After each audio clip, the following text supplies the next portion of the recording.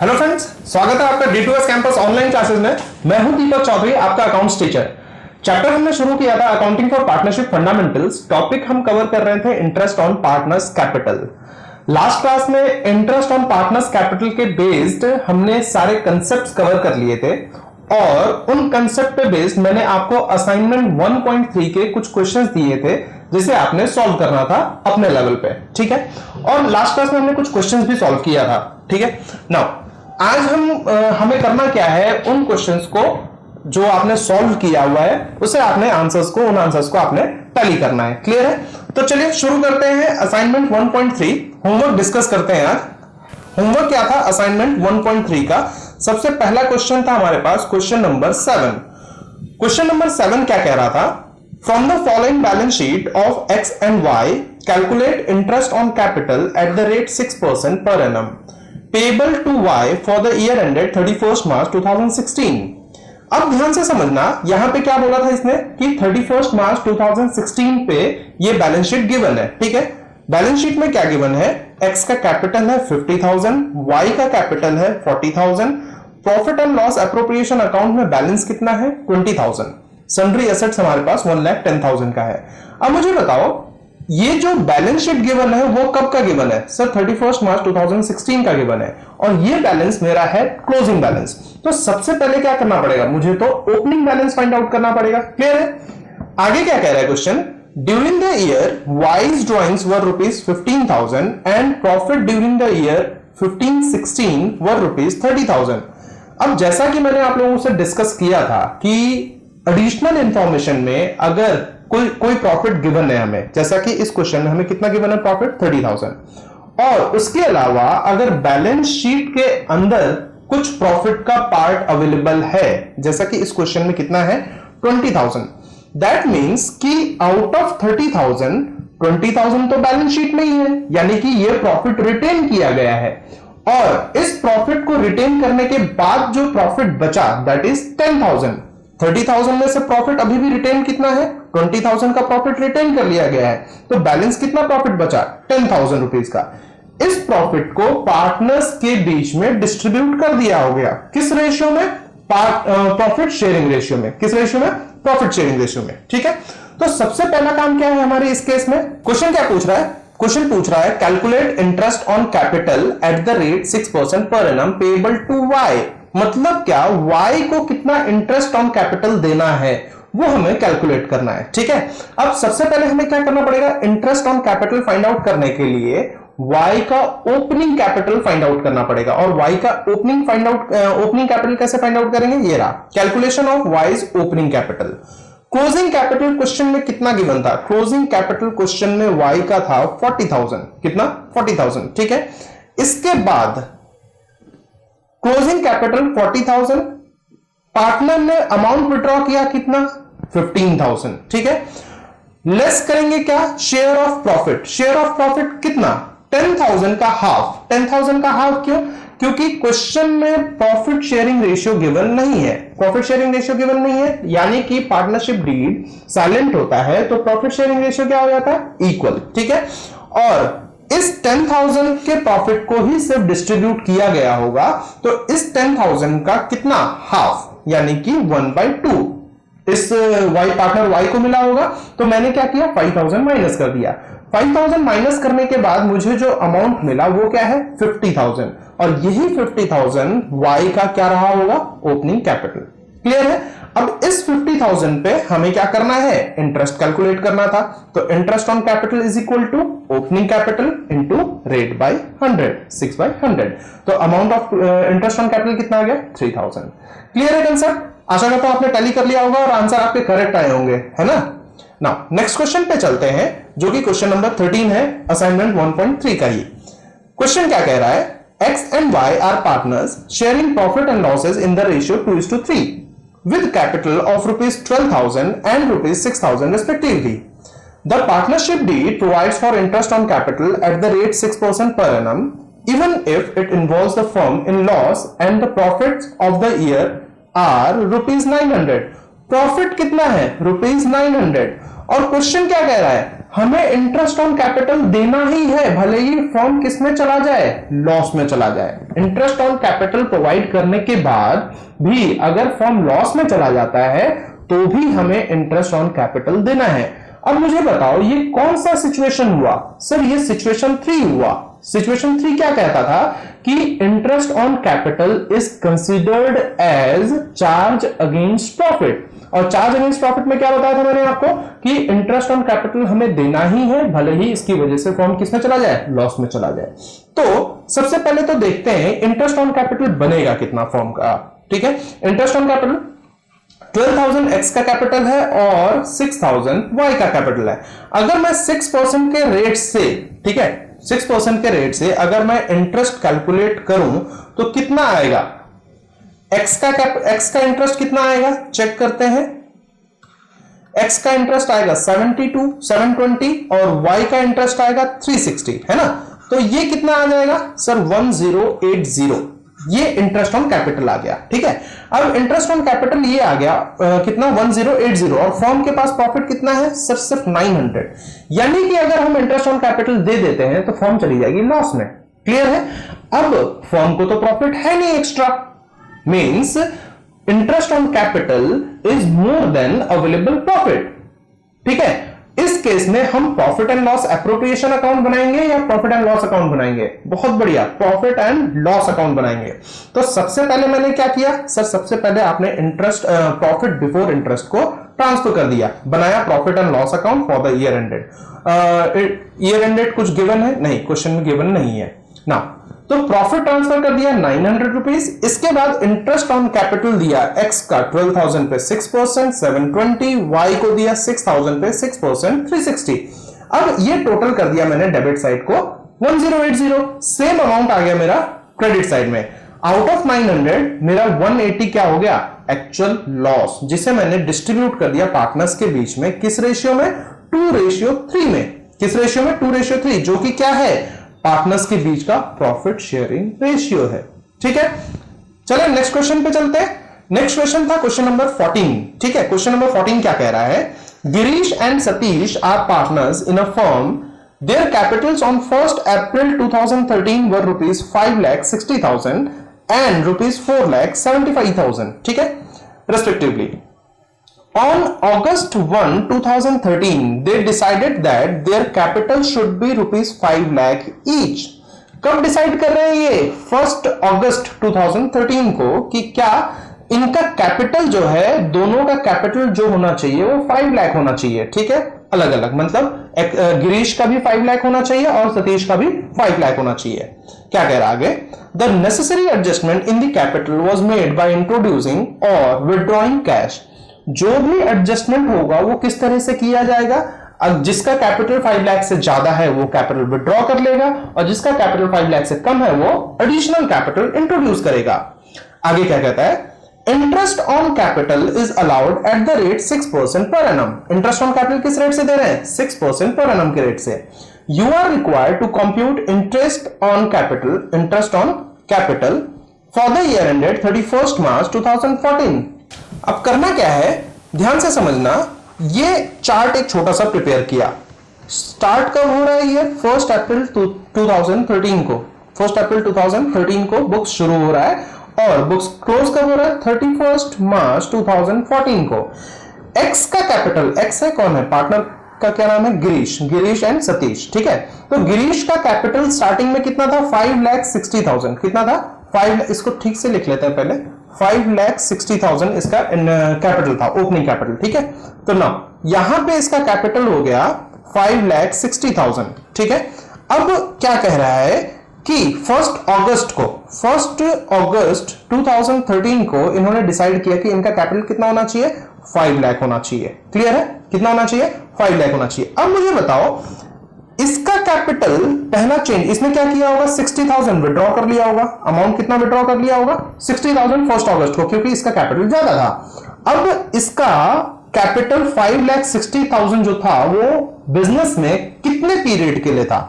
1 अप्रैल से लेकर 1 अगस्त तक इसका कैपिटल कितना था? 5,60,000, यानी अप्रैल, मई, जून, जुलाई, 1 अगस्त को चेंज हो गया, यानी कि 4 मंथ्स के लिए इसका कैपिटल कितना था बिजनेस में, 5,60,000। और रिमेनिंग पीरियड के लिए, रिमेनिंग पीरियड यानी 8 मंथ्स, रिमेनिंग पीरियड के लिए बिजनेस में कितना कैपिटल था, 5 लाख का। ठीक है, अब इसका मतलब क्या होता है कि 5,60,000 पे मुझे कितना इंटरेस्ट देना है सर, 4 मंथ्स के लिए। कितने मंथ्स के लिए, 4 मंथ्स के लिए। और 5 लाख पे कितने मंथ्स के लिए, 8 मंथ्स के लिए। तो देखो, ये मैंने गिरीश का इंटरेस्ट ऑन कैपिटल कैलकुलेट किया। क्या है इंटरेस्ट ऑन कैपिटल, 5,60,000 पे 6% के रेट से 4 मंथ्स के लिए ये कैपिटल आ गया 11,200। 5 लाख पे 6%, अब उसका कैपिटल क्या हुआ, चेंज हुआ, कितना बन गया, 5 लाख। इस पे 8 मंथ्स के लिए इसको इंटरेस्ट दिया गया, जो कि कितना था, 21,000। तो ये टोटल इंटरेस्ट ऑन कैपिटल कितना बना, 31,200। क्लियर है। इसी तरह से सतीश का इंटरेस्ट ऑन कैपिटल कैलकुलेट किया। सतीश का 4,75,000 कैपिटल था। कितना था कैपिटल, 4,75,000। अब लेट से मैं बोलता हूं, ये सतीश की बात कर रहे हैं हम, किसकी बात कर रहे हैं, सतीश की। ये है सतीश का कैपिटल 4,75,000। ठीक है, अब इसका कैपिटल 5 लाख से कम है। 1 अगस्त को जैसे कि डिसाइड किया गया कैपिटल कितना होना चाहिए हर पार्टनर का, 5 लाख रुपीज।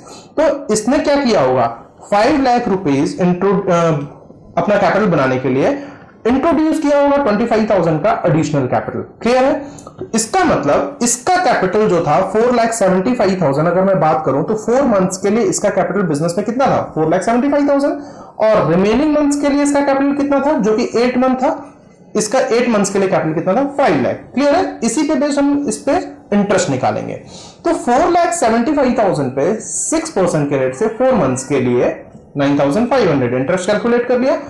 रिमेनिंग मंथ्स यानी 5 लाख पे 6% 8 मंथ्स के लिए 20,000 कैपिटल, 20,000 इंटरेस्ट ऑन कैपिटल हो गया। ठीक है, तो इसका कैपिटल कितना, इंटरेस्ट ऑन कैपिटल कितना बन गया, 29,500। क्लियर है कंसेप्ट। नाउ टैली कर लिया आप लोगों ने। नेक्स्ट क्वेश्चन पे चलते हैं। नेक्स्ट क्वेश्चन क्या है, सेम असाइनमेंट 1.3 का क्वेश्चन नंबर 15। क्वेश्चन नंबर 15 क्या कह रहा है, X, Y and Z are partners in a firm. Their capital as on 1st April 2013 were rupees 5 lakh, rupees 4 lakh and rupees 3 lakh respectively. On July 1st 2013 they introduced further capital of rupees 1 lakh, rupees 80,000 and rupees 50,000 respectively. ठीक है, 1 जुलाई 2013 को इन सब ने, X ने 1 लाख रुपए introduce किया, Y ने 80,000 and Z ने 50,000 इंट्रोड्यूस किया। On February 1, 2014, Y withdrew rupees 15,000 from his capital. Interest is to be allowed at the rate 8% per annum on the capitals. ठीक है, इंटरेस्ट किस रेट से अलाउ करना है, 8% पर annum के रेट से। क्लियर है। Compute interest on Capitals for the year ended 31 March 2014। अब मुझे बताओ, पहला चेंज स्टार्टिंग में इनका कैपिटल कितना था, 5 लाख, 4 लाख एंड 3 लाख। इसके बाद 1 जुलाई को इनका पहला चेंज आया। इन्होंने क्या किया, फर्दर कैपिटल इंट्रोड्यूस किया 1,80,000 एंड 50,000। ठीक है, उसके बाद 1 फरवरी 2014 को Y ने विड्रॉ किया 15,000। सिर्फ Y विड्रॉ कर रहा है 15,000। ठीक है, अब मुझे क्या करना है, इंटरेस्ट ऑन कैपिटल कैलकुलेट करना है। तो इंटरेस्ट ऑन कैपिटल कैलकुलेट करते हैं। चलो, X का कैपिटल 5 लाख, 8% के रेट से 3 मंथ्स के लिए। क्यों 3 मंथ्स के लिए, ध्यान से समझना। ये बुक्स शुरू हो रहा है कब, 1 अप्रैल 2013 को। कब, 1 अप्रैल 2013 को। बुक्स क्लोज कब होगा, 31 मार्च 2014 को। ठीक है, 31 मार्च 2014 को बुक्स क्लोज होगा। पहला चेंज कब आ रहा है, 1 जुलाई को। ये रहा 1 जुलाई 2013 को। नेक्स्ट चेंज कब आ रहा है, 1 फरवरी को। क्या X के मामले में चेंजेस आ रहे हैं, नहीं सर, नहीं आ रहा है। ठीक है, तो ध्यान से समझो। इसका कैपिटल जो स्टार्टिंग का 5 लाख रुपीस था, वो कब तक था सर, 3 मंथ्स के लिए। तो इसका 5 लाख पे कितने महीने के लिए इंटरेस्ट देंगे, 3 मंथ्स के लिए। नेक्स्ट जो चेंज आया, चेंज क्या आया सर, इसने 1 लाख रुपए इन्वेस्ट किया एडिशनल कैपिटल। तो इसका कैपिटल कितना बन गया, 6 लाख। इसका कैपिटल कितना बन गया, 6 लाख। ये कैपिटल इसका पूरे साल रहा है ना, यानी कि रिमेनिंग 9 मंथ्स के लिए पूरे साल पे इंटरेस्ट देंगे, 9 मंथ्स के लिए इंटरेस्ट देंगे। तो 5 लाख पे 8% के रेट से 3 मंथ्स के लिए इंटरेस्ट दिया, जो कि बना कितना, 10,000। 6 लाख पे 8% के रेट से 9 मंथ्स के लिए इंटरेस्ट दिया, जो कि कितना बना, 36,000। तो टोटल इंटरेस्ट ऑन कैपिटल कितना हुआ X का, 46,000। अब इसी तरह से अगर मैं बात करूं Y के, तो y ने 4 लाख पे y के कैपिटल में कब चेंजेस आया सर? एक तो आया, ये मैं स्टार्टिंग का चार्ट बना दे रहा हूं, 1 अप्रैल 2013 पहला चेंज आया 1 जुलाई 2013 को, नेक्स्ट चेंज आया 1 फरवरी 2014 को, और मेरा बुक्स क्लोज कब हो रहा है? 31 मार्च 2014 को। ठीक है ना, 4 लाख था इसका, 4 लाख स्टार्टिंग में कैपिटल था। नेक्स्ट चेंज कब आया? जब इसने 80,000 का एडिशनल इन्वेस्टमेंट किया। जैसे ही एडिशनल इन्वेस्टमेंट किया, इसका कैपिटल जो बन गया वो कितना बन गया? 4,80,000। नेक्स्ट क्या किया सर? इसने विड्रॉ कर लिया। क्या विड्रॉ किया? 15,000 अमाउंट विड्रॉ कर लिया। जैसे ही 15,000 अमाउंट विड्रॉ किया, इसका कैपिटल कितना बन गया? 4,65,000 कैपिटल बन गया। अब मुझे बताओ, इसका जो 4 लाख रुपीस था बिजनेस में, वो कितने महीने के लिए था? 3 मंथ्स के लिए। इसके बाद 80,000 इन्वेस्ट किया, इसका कैपिटल बन गया 4,80,000। ये कितने महीने के लिए रहा? ध्यान देना, समझना। जुलाई से जुलाई, अगस्त, सितंबर, अक्टूबर, नवंबर, दिसंबर, जनवरी। ठीक है, 7 मंथ्स के लिए रहा। कितने महीने के लिए? 7 मंथ्स के लिए। ठीक है, और उसके बाद 15,000 जब विड्रॉ किया तो उसका कैपिटल बन गया 4,65,000। और ये कैपिटल कितने दिनों के लिए रहा सर? सिर्फ 2 मंथ्स के लिए। कितने महीने के लिए? 2 मंथ्स के लिए। कोई डाउट है यहां पे? तो अब कैलकुलेट करते हैं इंटरेस्ट ऑन कैपिटल। 4 लाख पे 8%, 3 मंथ्स के लिए 8,000। 4,80,000 पे 8% 7 मंथ्स के लिए, यानी कि ये वाला पीरियड। ठीक है ना, 7 मंथ्स के लिए 22,400, एंड रिमेनिंग 2 मंथ्स के लिए 4,65,000 इसका कैपिटल था। 8% के रेट से 2 मंथ्स के लिए 6,200। तो ये इसका इंटरेस्ट ऑन कैपिटल टोटल बन गया 36,600। क्लियर है कंसेप्ट? कोई डाउट है इसमें? नहीं। नेक्स्ट है, अगेन डिस्कस करते हैं जेड का। जेड का 1 अप्रैल 2013 को बुक शुरू हो रहा है, 31 मार्च बुक्स क्लोज हो रहा है। ठीक है, 31 मार्च 2014। पहला चेंज कब आया सर? 1 जुलाई 2013 को। अब इसका कैपिटल कितना था? 3 लाख। इसने एडिशनल इन्वेस्टमेंट 50,000 का किया कब? 1 जुलाई को। टोटल कैपिटल कितना हो गया उसके बाद इसका? 3,50,000। ये पीरियड कितने महीने का था सर? 3 मंथ्स का। और रिमेनिंग पीरियड कितने महीने का हो गया? ये 9 मंथ्स का। तो मैंने क्या किया? 3 लाख पे 8% के रेट से 3 मंथ्स के लिए इसको इंटरेस्ट दिया, और 3,50,000 पे 8% के रेट से 9 मंथ्स के लिए इसको इंटरेस्ट दिया 21,000। टोटल इंटरेस्ट ऑन कैपिटल कितना हो गया? 27,000। ठीक है, कंसेप्ट क्लियर है आप लोगों का? टैली कर लिया आप लोगों ने आंसर। अब चले नेक्स्ट क्वेश्चन पे। नेक्स्ट क्वेश्चन है क्वेश्चन नंबर 16। क्वेश्चन नंबर 16 क्या कह रहा है? On 31 March 2016, after the closing of accounts, the capital of Mountain Hill and Rock stood in the books of the firm at ₹4 lakh, ₹3 lakh and ₹2 lakh respectively. Subsequently, it was discovered that the interest on capital at the rate 10% per annum has been omitted. ठीक है, The profit for the year amounted to ₹1,50,000. Profit कितना है business का? 1,50,000. And the partner's drawing had been mountain ₹20,000. Mountain ने कितना amount withdraw किया था? 20,000. Hill 15,000 and rock ₹10,000. अब आपको ध्यान से समझना है, ये जो कैपिटल का बैलेंसेज है 4 लाख, 3 लाख एंड 2 लाख, ये कब का है? क्लोजिंग बैलेंस गिवन है ऑन 31 मार्च 2016। ये क्या है? क्लोजिंग बैलेंस है फर्म का। ठीक है, क्लोजिंग बैलेंस है पार्टनर्स के कैपिटल का। तो सबसे पहला काम आपको क्या करना है? इंटरेस्ट कैलकुलेट करना है, इंटरेस्ट ऑन कैपिटल, और उसके लिए आपको ओपनिंग कैपिटल चाहिए होगा। तो सबसे पहले हम क्या करते हैं? ओपनिंग कैपिटल कैलकुलेट कर लेते हैं। वर्किंग नोट में आया हमने और किया calculate opening capital, mountain, Hill and rock. Closing capital कितना है? 4 लाख, 3 लाख एंड 2 लाख। ड्राइंग्स कितना है पार्टनर्स का? जो भी ड्राइंग है अमाउंट वो क्या कर देंगे? हम ऐड कर देंगे ओपनिंग कैपिटल फाइंड आउट करने के लिए। 20,000, 15,000 एंड 10,000।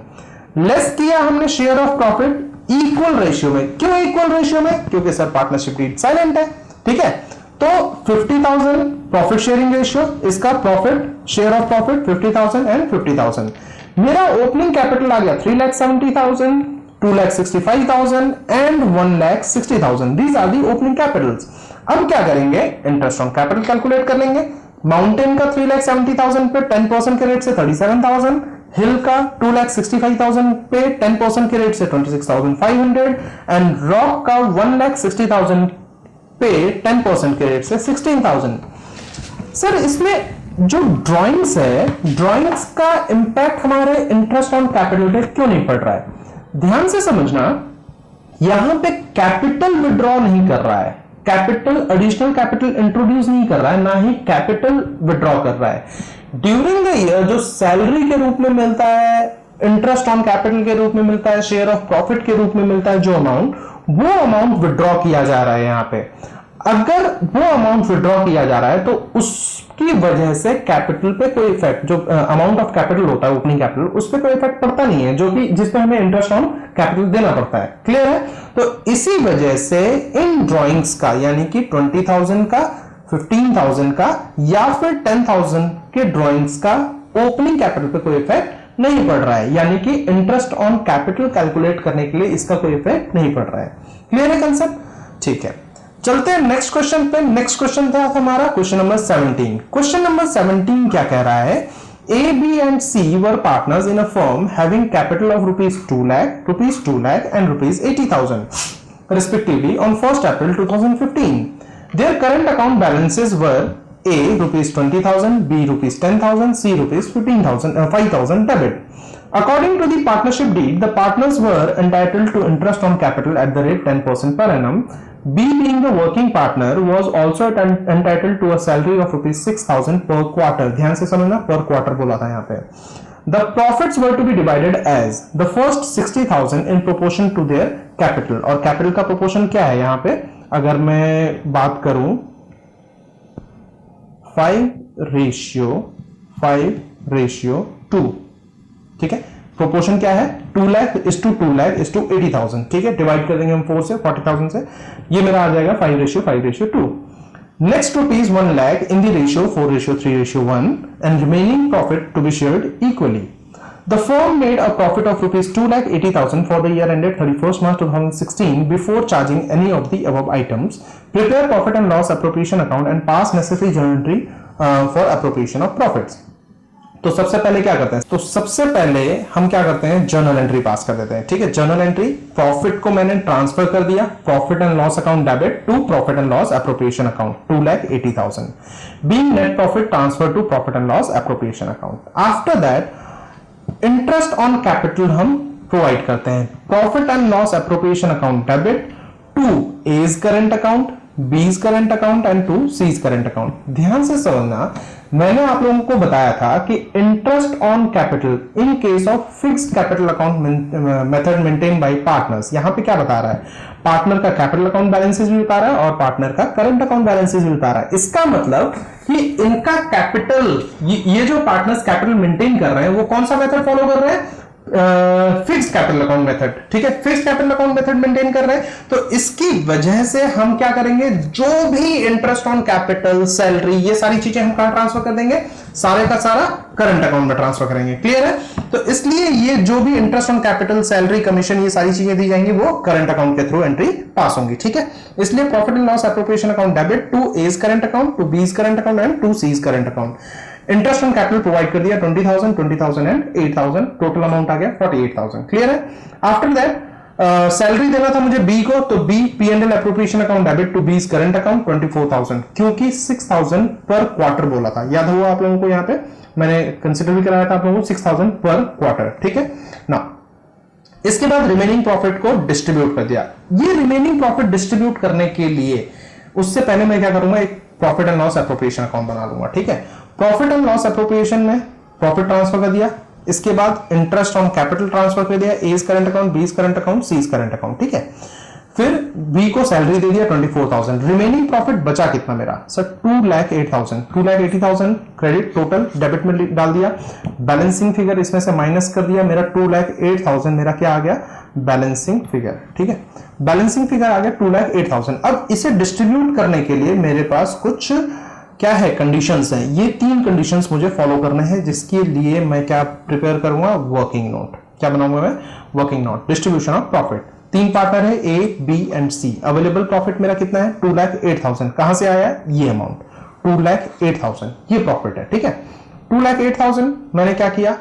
पहला distribution, first distribution in the ratio of 5:2, तो 25,000, 25,000, 10,000।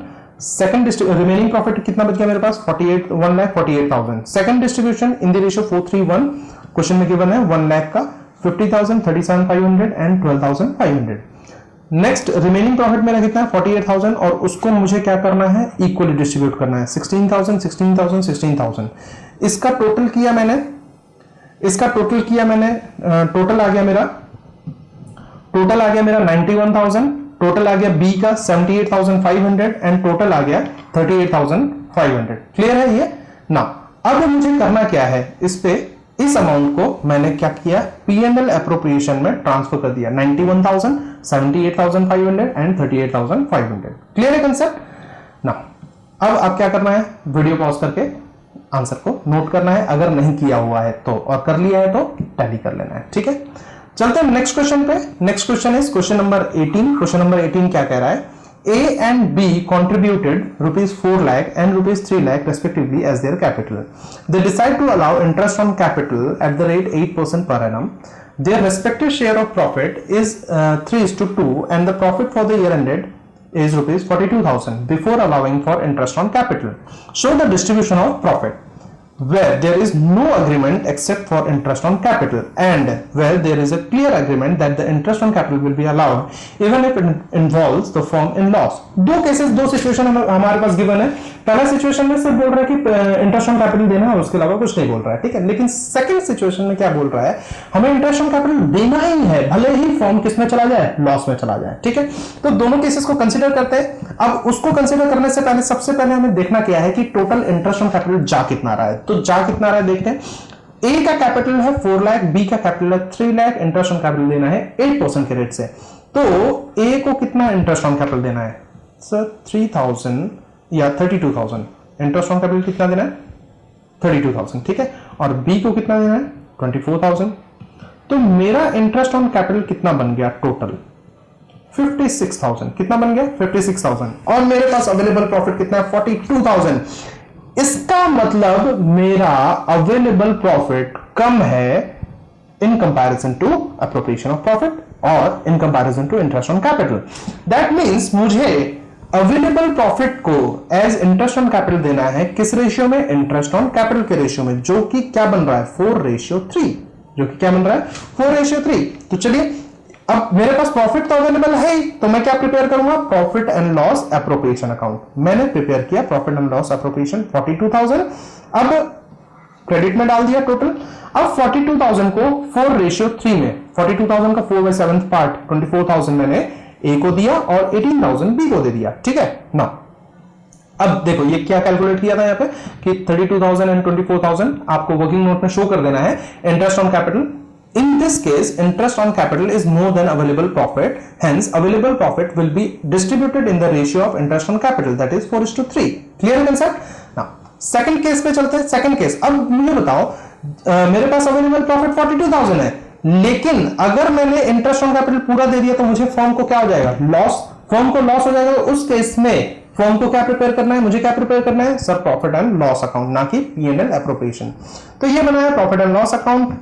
इंटरेस्ट प्रॉफिट ट्रांसफर कर दिया, profit before interest 42,000। Interest on capital पूरा देंगे, दे दिया। टोटल इंटरेस्ट ऑन कैपिटल 56,000 आ गया, जिसकी वजह से मेरा टोटल एक्सपेंसेस कितना हुआ 56,000। सेम अमाउंट को मैंने क्रेडिट में ट्रांसफर किया, इसकी वजह से मेरा क्या हो गया लॉस कितने का 14,000 का, जिससे मैं किस रेशियो में डिस्ट्रीब्यूट करूंगा सर इंटरेस्ट ऑन कैपिटल नहीं, प्रॉफिट शेयरिंग रेशियो में। किसमें प्रॉफिट शेयरिंग रेशियो में, जो कि क्या है 3:2।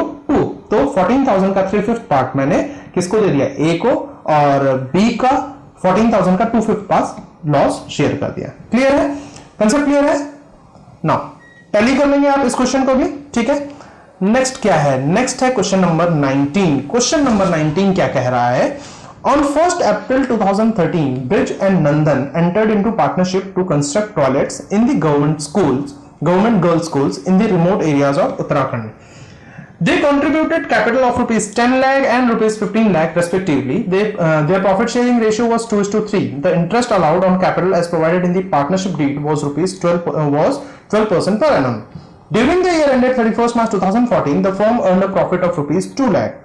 Prepare P&L appropriation of Bridge and Nandan for the year ended 31st March 2014. ठीक है, अब 1 अप्रैल 2013 को ब्रिज और नंदन का पार्टनरशिप का बिजनेस शुरू किया इन्होंने। ठीक है, कैपिटल कितना इंट्रोड्यूस किया इन्होंने 10 लाख एंड 15 लाख। नाउ अब प्रॉफिट ड्यूरिंग द ईयर कितना है फॉर्म को, 2 लाख रुपीस का। कितने का है, 2 लाख रुपीस। मैंने ट्रांसफर कर दिया 2 लाख रुपीस, ठीक है। प्रॉफिट शेयरिंग रेशियो क्या है इनके बीच में, गिवन है क्या, नहीं, हाँ सर गिवन है 2:3, ठीक है, 2:3 इनका प्रॉफिट शेयरिंग रेशियो है। अब देखो ध्यान से वर्किंग नोट में इंटरेस्ट ऑन कैपिटल, ब्रिज का इंटरेस्ट ऑन कैपिटल आया 1,20,000 एंड नंदन का इंटरेस्ट ऑन कैपिटल आया 1,80,000, जो कि टोटल कितना बन गया 3 लाख। ये भी क्या है, अब मेरे पास अवेलेबल प्रॉफिट कितना है 2 लाख रुपीस, सिर्फ कितना है 2 लाख रुपीस, और प्रॉफिट मेरा इंटरेस्ट ऑन कैपिटल कितना बन रहा है 3 लाख। तो मुझे अगेन किस रेशियो में डिस्ट्रीब्यूट करना पड़ेगा सर, इंटरेस्ट ऑन कैपिटल के रेशियो में, जो कि कितना है 2:3। तो मैंने क्या किया, अवेलेबल प्रॉफिट को यानी कि 2 लाख को 2/5 80,000 और 2 लाख का 3/5 यानी 1,20,000 पार्टनर्स को दे दिया, ठीक है, क्लियर है। क्योंकि इस केस में भी मेरा अवेलेबल प्रॉफिट क्या था, कम था in comparison to appropriation of profit, या you can say interest on capital. Clear है, टैली कर लिया आप लोगों ने। चलते हैं नेक्स्ट क्वेश्चन पे। नेक्स्ट क्वेश्चन है, नहीं है, नेक्स्ट क्वेश्चन कुछ नहीं है हमारे पास। नेक्स्ट क्वेश्चन क्या है, नेक्स्ट टॉपिक अभी हमें कवर करना है। नेक्स्ट वीडियो में हम टॉपिक कवर करेंगे सैलरी और commission to partners and interest on partners loan, ठीक है। अब सबसे पहले तो बहुत सारी क्लैपिंग उन बच्चों के लिए जिन्होंने क्वेश्चन को अटेम्प्ट किया खुद से, और 2 मिनट का मौन उन बच्चों के लिए जिन्होंने क्वेश्चन अटेम्प्ट नहीं किया। मेरी आपसे गुजारिश है कि प्लीज प्लीज प्लीज आप लोग क्वेश्चन जो भी देता हूं मैं आप लोगों को होमवर्क में, असाइनमेंट में, उसे खुद से ट्राई करो। ट्राई करना जरूरी है, तभी आप लोगों को अपने लेवल का डेप्थ का पता चलेगा, ठीक है। तो फिर क्या, आज के लिए इतना ही। मिलते हैं नेक्स्ट क्लास में नए वीडियो नए कंसेप्ट के साथ, ठीक है। तब तक के लिए खुश रहिए, आबाद रहिए, स्वस्थ रहिए, जहां रहिए जिंदाबाद रहिए। थैंक यू, जय हिंद।